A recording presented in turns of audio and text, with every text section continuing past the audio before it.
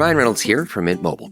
I don't know if you knew this, but anyone can get the same premium wireless for $15 a month plan that I've been enjoying. It's not just for celebrities. So do like I did and have one of your assistants switch you to Mint Mobile today. I'm told it's super easy to do at mintmobile.com/switch. Upfront payment of $45 for 3-month plan, equivalent to $15 per month required. Intro rate first 3 months only, then full price plan options available. Taxes and fees extra. See full terms at mintmobile.com. Hi, I'm Brianna Seeley, producer for Offscript Health. Welcome to Vax On. Before we get started today, I'd like to tell our listeners about another show in the Offscript Health podcast network, Dabble Co. Dabble Co.'s mission is to empower women with accurate information provided by actual experts. In each episode, host Claire O'Brien, nurse practitioner and co-founder of The Skin Click, breaks down trending topics in health, wellness, and beauty to challenge what's trending versus what's true. Check out the 3-part Roe v. Wade series featuring an OBGYN, pastor, and mother's thoughts on the highly debated topic. For more information, visit offscript.com/shows. The link will be in our show notes. Enjoy the show.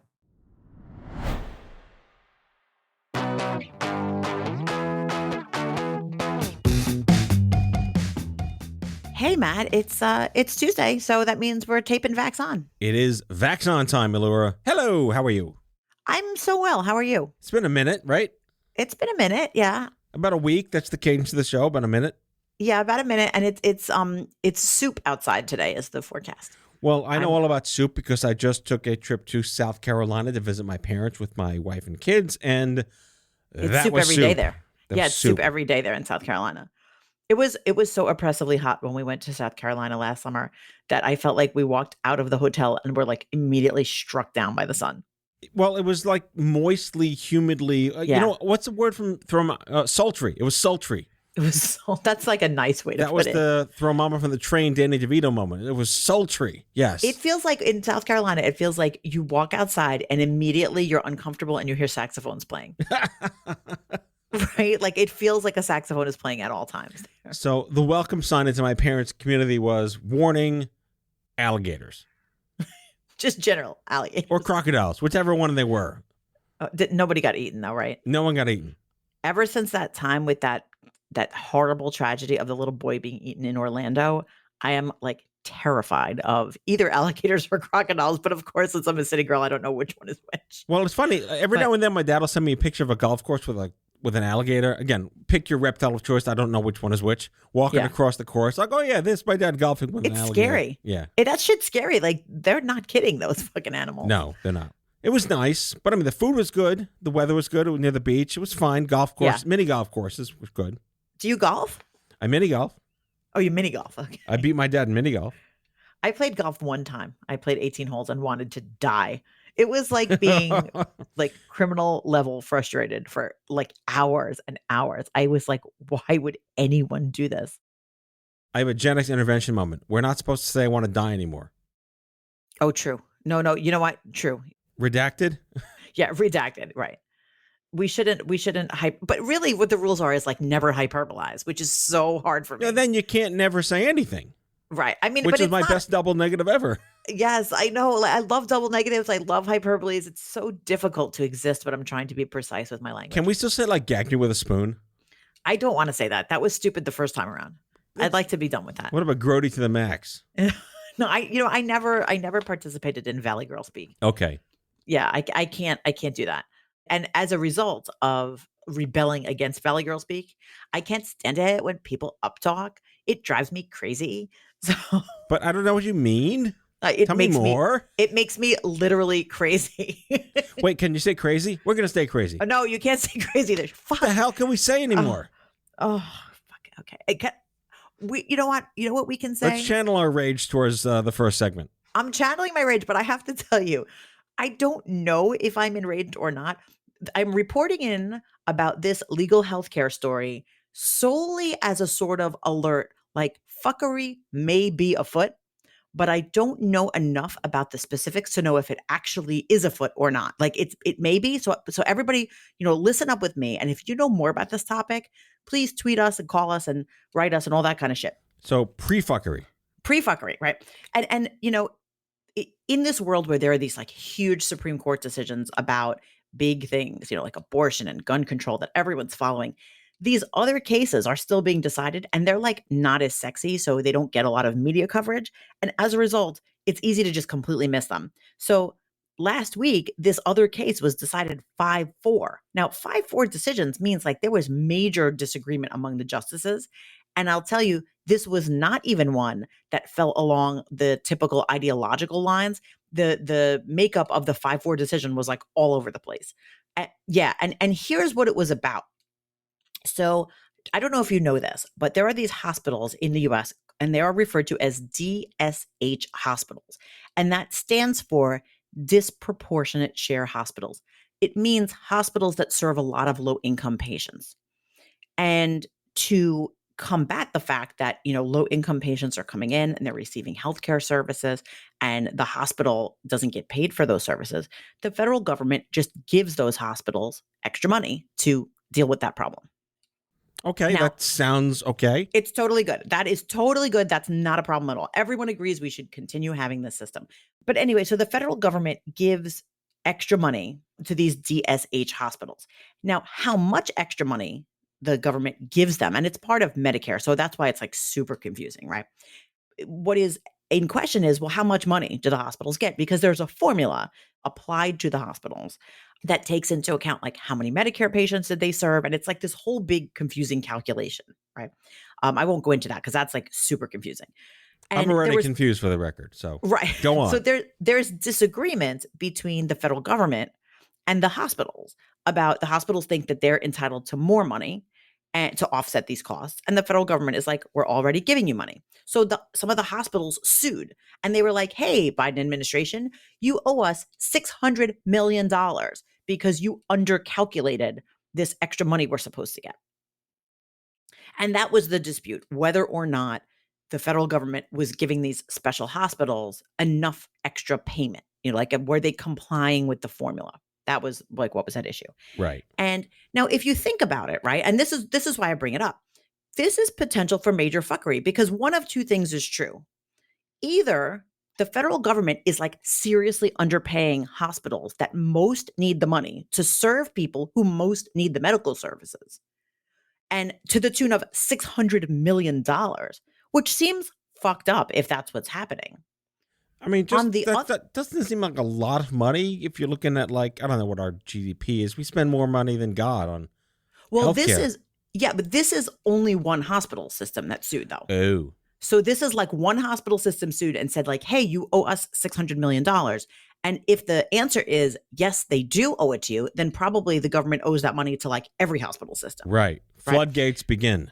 Exactly. So it's either that situation that like the government is seriously underpaying the hospitals, or the federal government is already paying a pretty hefty bill and the hospitals are engaging in some fuckery trying to get more.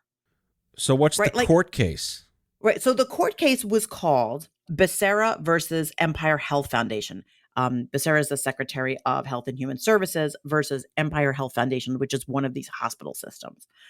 And so, I mean, the thing is, I don't know enough about what goes into reimbursing hospitals to really know if I think the hospitals were due this extra money. What I do know is that this hospital system said it was due this money. And the Supreme Court ruled 5-4 that the federal government is already paying them enough money and the hospitals are not entitled to any additional funding. Oh, wow. Yeah. Again, I told you, it's a complicated formula. I don't really understand exactly how to apply it. Most of the Supreme Court decision tried to outline how this formula gets applied, but it's like a total fucking mess.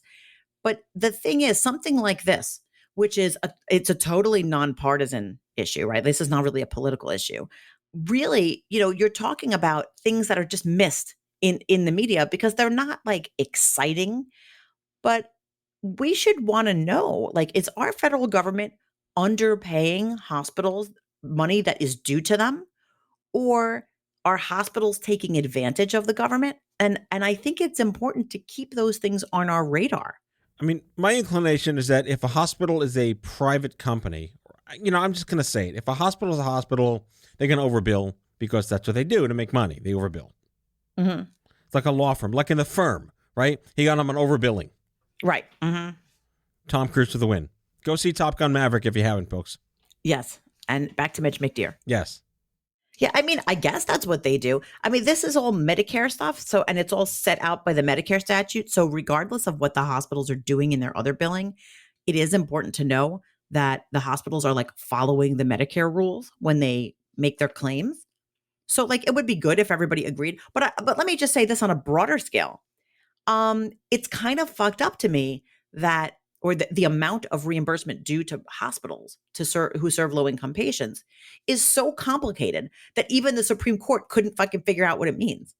Like, that's not a good system. If it's so complicated that no one can figure out what the rules are, how is anyone supposed to follow those rules? Just throw an embryo in there. What could go wrong?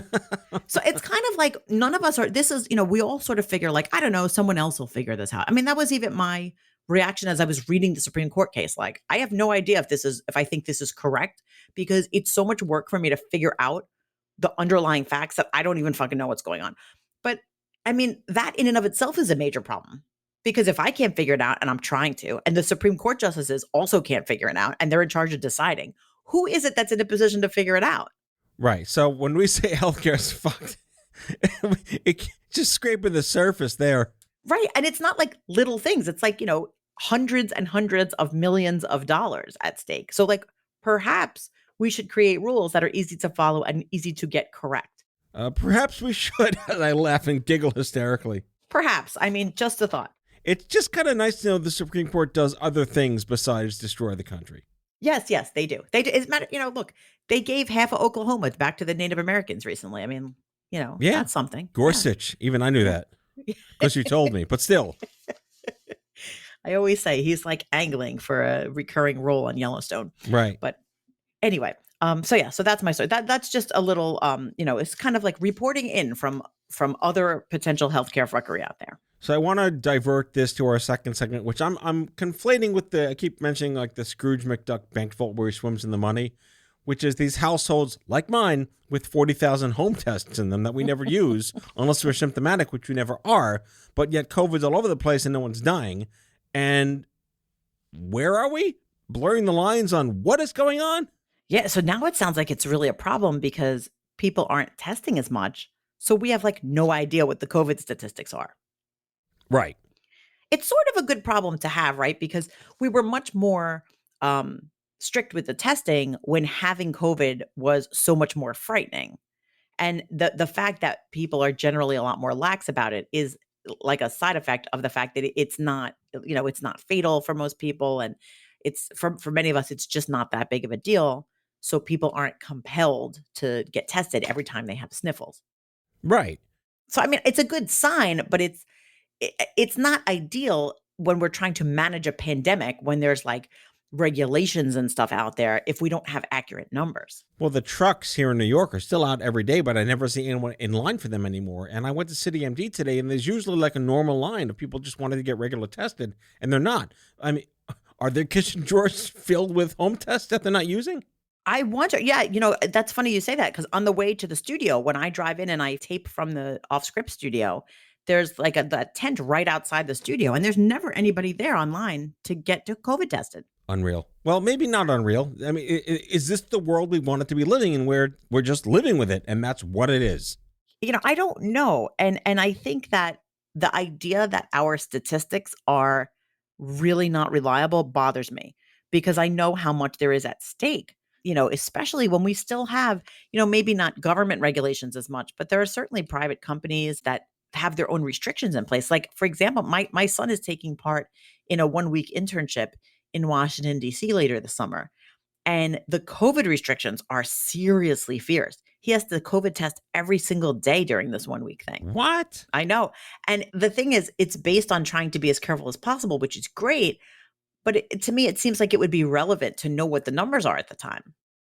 No, we have to, as a society, I guess, to the extent that we can agree, that it's just now at a point where we're not dying from it as much at all. I'm not going to quote stats here. I'm not trying to anger people who've lost people to this disease, but are we at a point where we're just living with it now, and that's it? There's nothing we can do. And I know we're going to talk about like other subvariants at some point, because there's like the zombie one is just waiting to happen. But until it does, are we just living with it? I mean, I think that those things are not mutually exclusive. I feel like we can absolutely be living with it and accepting what's going on and not freaking out about it, but also be keeping track of what the numbers are. It's kind of like, like the wildfires, like we deal with them. And even when we have them under control, we still pay attention to what the air pollution levels are. I don't ever think it's useless to have good data about what's going on for a public health emergency across the spectrum of the population. Like, it's always going to be good to have that information. So I don't think just saying like, well, it's not fatal anymore, so it doesn't matter that we don't have the right data. Like, that just bugs me. Yeah, we should want to have the right data at any point for anything if it matters, period. I feel like it matters only because like it would change how I behave if I knew all of a sudden the numbers were really up. To an extent, I agree with you, but I think it would. I don't know. Right. So if like workforce thinning because of this is just what it is, it's going to affect airlines, hospitality, restaurants, I suppose. It would be nice if every time you got on an airplane, you had more than like a 50-50 chance of getting back, given the freaking labor shortage. Like, that's a serious problem. Yeah, we can get into the whole pilot strike and the Delta strike, but at the same time, it's time for a commercial break. We'll be right back from not airlines, or maybe airlines. Enjoy the break.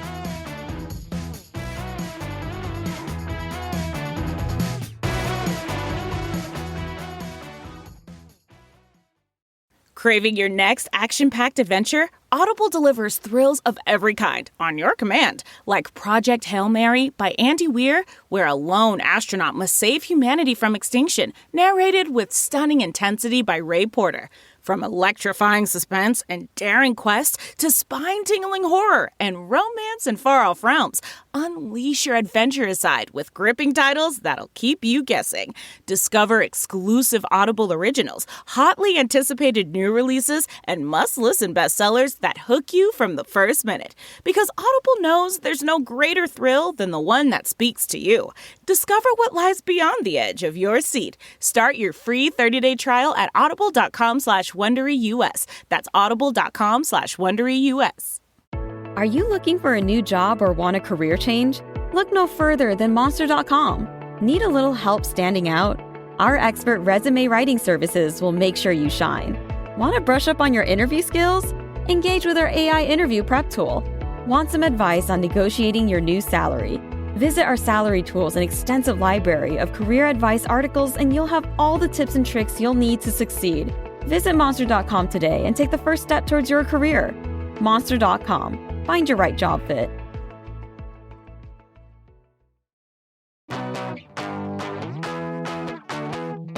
So, Matt, we're back. Are you feeling foggy? Residually, eternally, yes.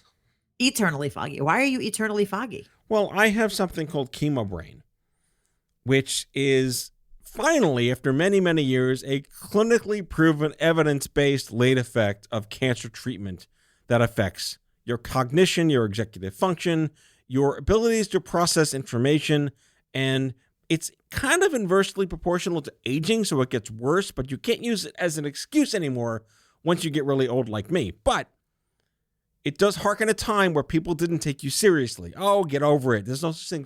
Chemo brain is made up. Get over it. Kind of like the way people used to say about ADD. Right. People often used to say that ADD was made up. Yeah, get over it. And I think people society as a whole has become a lot more sensitive to neurodiversity as a topic generally, and to specific inabilities to focus, things like that. So chemo brain is something that if a person experiences it, does it last like forever?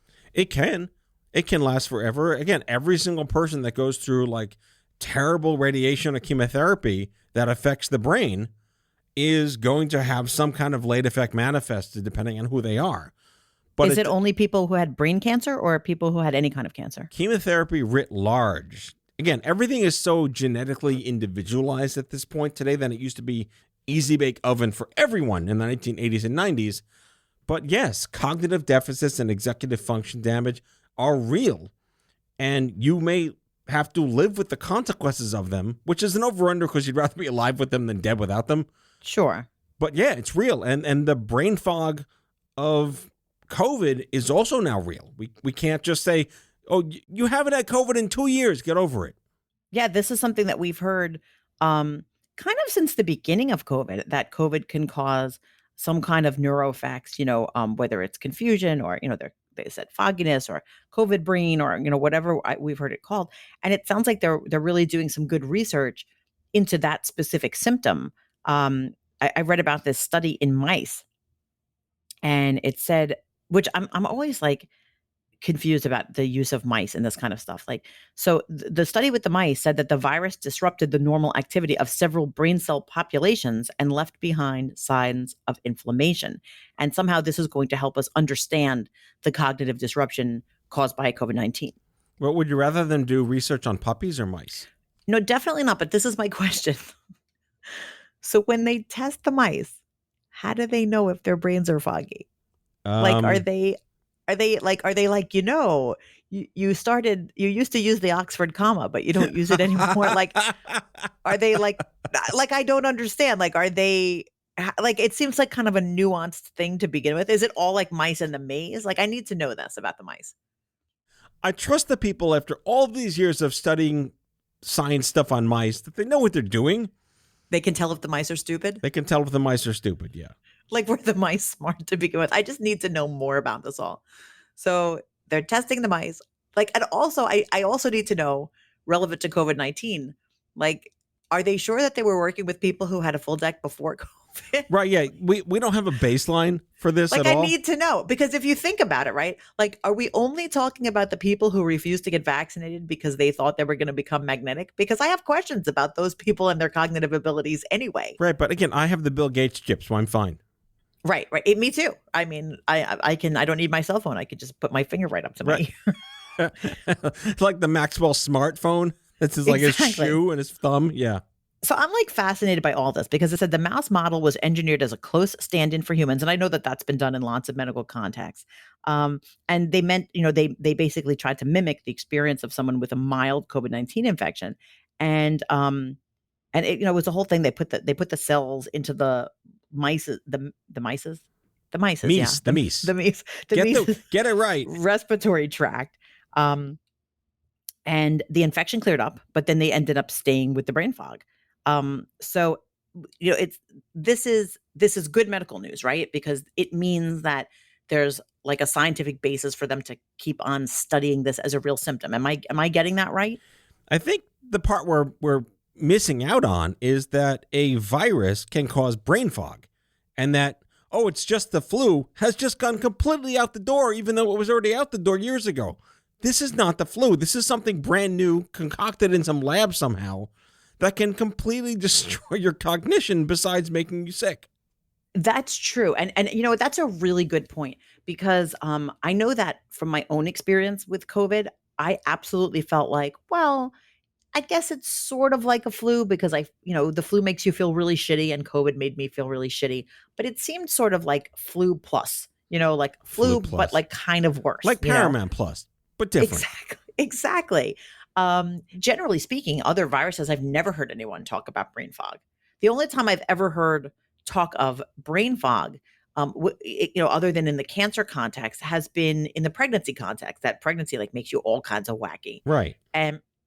And it's like a very real thing. And I know women talk about it all the time. So, I mean, it's new though, that it's the direct result of a virus. So, to me, again, like it kind of underscores how important it is to try your best to avoid getting this virus, by getting vaccinated or, taking other precautions, because the last thing you want is to have a virus cause your brain to not function the right way.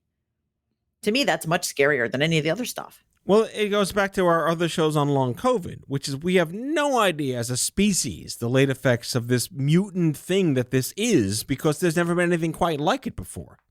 Am I going to all of a sudden get foggy in like a couple of years? Do you think? That's just aging. Okay, because I don't know that I can handle it. I already can't remember anything. Yeah, I mentioned this at the top of my little rant, but there is an X and Y axis crossing at some point where aging meets chemo brain, where you just have no excuses anymore, and you're just going to be fucked. You're just like, I'm over it. How about like right now I'm using like I'm too stressed, and that's why I can't remember anything. So maybe I should just try out COVID as an excuse and see if that God. helps. Like, I had COVID. Leave me alone. My brain doesn't work anymore. I don't know. You gotta get a hall pass for that one. But I feel like, I have a friend who swears that she has major cognitive deficits from it. And I mean, that has to be a terrifying thing. And given so many people who have had COVID, I wonder if that, just kind of the sheer numbers, might mean that there's more funding for research and hopefully treatment for this. And I mean, I hope, right? Well, again, there's so much unknown here because we never could have predicted that there would be a thing after the thing. Right. No one foresaw, it's just we knew it wasn't the flu on day one. But what we didn't know is that the human body would react so egregiously disparately from a traditional virus like this. Right. And that like some people would get like a sniffle and some people would like just have every kind of symptom. And some people had stomach symptoms, some people had respiratory symptoms. It was like all over the friggin' place. And just when we first learned, even in early 2020, when we first learned that one of the symptoms was you lose your sense of smell. Yeah. And that was like a really weird one. That doesn't happen with normal viruses. Right. Did it happen to you when you had COVID? I did. It did happen. Yes. I was waiting for that. And it did not happen to me. And I was like really waiting, but I was extra hungry when I had COVID. I was really hungry the whole time. I was waiting. I was like, where is that sense of smell? Maybe I'll like go on a diet and just eat lettuce and not care. Right. But there are still communities, thousands of people who never regain their sense of smell. That's really scary. It's terrifying. There's so much unknown here. Yeah. And like to lose any of your five senses, like that's such a big deal. And it kind of speaks to the long-term seriousness of COVID and why it's so important that we take precautions and why we become vaccinated and all of that stuff. Because it is a serious illness. It's not, despite the fact that it's not killing people, it still is a serious thing to take into consideration. Yeah, I don't have full data on this, but I did a panel. I mentioned this on the show a while ago. I did a panel on long COVID. And from what I learned then, this was 2 months ago, most of the people with these chronic late effects of COVID had original COVID, COVID classic, or Delta. Omicron has yet to be proven because it's less lethal, it's less invasive, to have had the same scale, known long-term side effects. And again, going back to my virology training, going back to when you were an esteemed virologist. Yes, back in my virology days. I just remember this from talking to some folks a couple of years ago on my show. When a virus keeps mutating into various subvariants, it's trying to stay alive. And eventually peters out by creating so many subvariants. It's basically playing like it's just playing cards. It's trying to figure out the odds of which one of its subvariants can survive. Mm-hmm. And it's the one that outsmarts the mice, right? That's the one that survives. It's the one made of Chuck Norris. Okay, just checking. The Chuck Norris variant will kill us all. So that's our story on the mice today. Mice are not so much on my brain because I don't know if you know this. I don't know if I sound extra tired today, but I am extra tired. A little tired.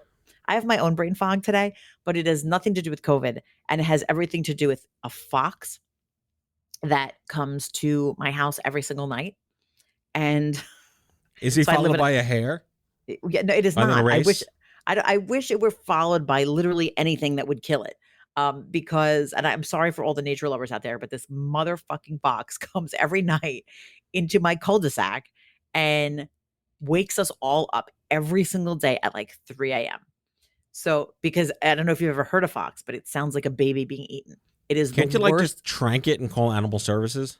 Well, you can't. I mean, they're fast though. They're like fast little fuckers out there. What if everyone held the trank at it at the same time? I would be all for it. But listen. This is my night every single night. The fox wakes us all up at 3 a.m. because it is so loud. And my husband, gentleman that he is, gets up out of bed in his boxer shorts, goes downstairs into the cul-de-sac outside with a giant whip and snaps the whip on the ground. Oh my God. And that scares the fox. And then it goes away for the night, only to return the next night. We don't know what else to do. And here I am complaining about the Q train.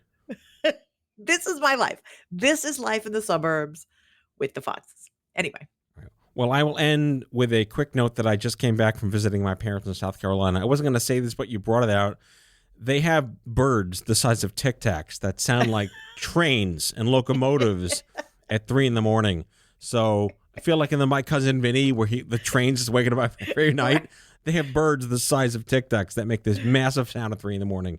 Hilarious. Yeah, not hilarious, but wildlife for the win. It sounds hilarious, yes. And so on that note, thank you to all of our creatures, big and small. Those mice, foxes, disastrously tiny, loud insect birds. Right, in exactly. South Carolina. Those who help with medical science and those who just ruin my sleep. So thank you to all. All right. We'll see you back here next week, folks. Elura, thank you again for a wonderful, wonderful conversation. Thanks, Matt. Vax on. See you soon. That's all for now. If you like Vax On, be sure to subscribe, leave a review on Apple Podcasts, follow us on social, and tell all your friends to listen. Tell us your shit show of a healthcare story by leaving a message for us at 855-AUDIO-66, and we might just use it in a future show. Vax On is a product of Offscript Health. We are a healthcare engagement company built for patients and caregivers by patients and caregivers. Our executive producers are Matthew Zachary and Andrew McDowell. Our senior producer is Brianna Seeley. Our hosts are Matthew Zachary and Allura Nanos. It is recorded, mixed, and edited by Brianna Seeley. For advertising and media inquiries, email media@offscript.com. That's media@offscript.com. For more information, visit offscript.com.